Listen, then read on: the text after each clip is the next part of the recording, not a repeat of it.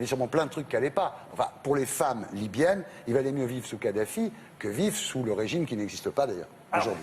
Qu'est-ce que vous dites de C'est ça qui est intéressant. Qu'est-ce que vous dites de tout ça, Monsieur Trévidic? Je dis, bon, de toute façon, vous n'êtes pas sponsorisé par l'Arabie Saoudite ici, donc je peux parler. Ni par le Qatar. D'accord, donc c'est bon. Comme ça, on fera les deux ensemble. Ouais. Je dis que l'Occident n'a jamais lutté contre l'extrémisme. L'Occident lutte par moments contre des djihadistes, des extrémistes, mais globalement contre l'extrémisme religieux et le radicalisme, non.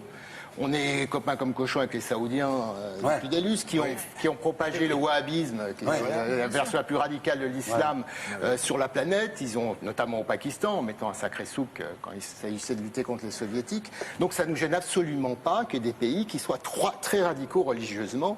On rappelle que les femmes n'ont pas le droit de conduire en Arabie Saoudite. Mais moi, je pense qu'il y a une hypocrisie fondamentale, c'est tout.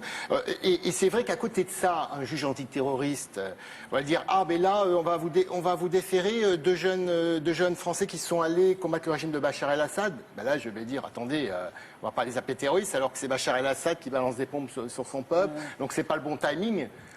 Plus tard, on dira que c'est des terroristes quand il n'y aura plus Bachar et qu'ils se foutront sur la gueule entre eux et sur les civils. Mais voilà, c'est une question de timing. C'est ce que vous écrivez d'ailleurs. Vous écrivez la différence entre un salafiste saoudien bien éduqué et un salafiste déviant est considérable. Tous les deux ont la même conception rigoriste de l'islam, la même pratique religieuse et veulent l'application de la charia sur la terre entière. Mais tandis que l'un nous vend du pétrole et nous achète des armes, l'autre pose des bombes. Ben voilà, c'est assez synthétique. Ouais. Alors on va juste...